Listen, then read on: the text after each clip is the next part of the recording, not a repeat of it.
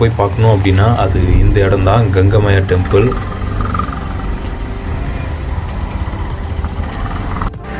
முன்னாடி வந்தப்போ இதெல்லாம் முன்னாடி அந்த அளவுக்கு கெட்டலை. இப்போ வந்து பார்த்திங்கன்னா அந்த கோயிலை புதுப்பிச்சுக்கிட்டு இருக்காங்க. நிறையா உள்ளேயும் வேலை நடந்துகிட்டு இருந்துச்சு, வெளியவும் நிறைய வேலை நடந்துகிட்டு இருந்துச்சு. புத்தர் கோயிலுக்கு உள்ளே போகிறதுக்கு முன்னாடி இங்கே தான் டிக்கெட் வாங்கணும். என்ட்ரன்ஸில் டிக்கெட் வாங்கினதுக்கப்புறமா அவங்க சொல்லுவாங்க நம்மளோட ட்ரெஸ் கோடு, நம்மளோட ஷோல்ட்ரு அதெல்லாம் தெரியக்கூடாது, அது மாதிரி முட்டியும் தெரியக்கூடாது.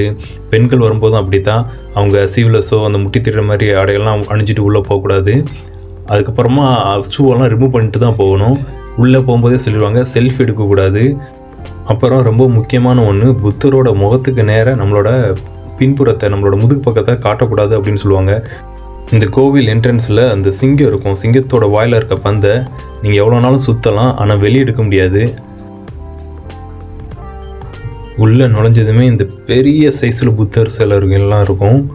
ஒன்று இந்த உட்காந்த மாதிரி, நின்ன மாதிரி, மெடிடேஷன் பண்ணுற மாதிரியெல்லாம் இருக்கும். நிறைய புத்தர் சிலைகள் சுற்றி நம்மளால் பார்க்க முடியும்.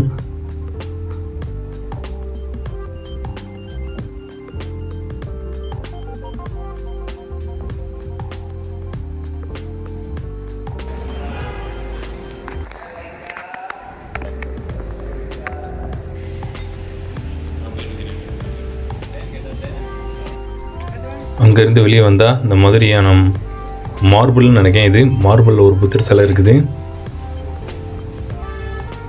இங்கே நிறையா இருக்கும். இந்த கோவிலை சுற்றிய புத்தர் சிலைகள் தான்.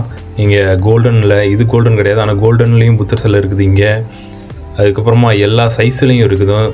மரக்கட்டையில் இருக்கும், அதுக்கப்புறமா கல்லில், இந்த மாதிரி எல்லா இதுலேயும் புத்தர் சிலைகளை பார்க்கலாம்.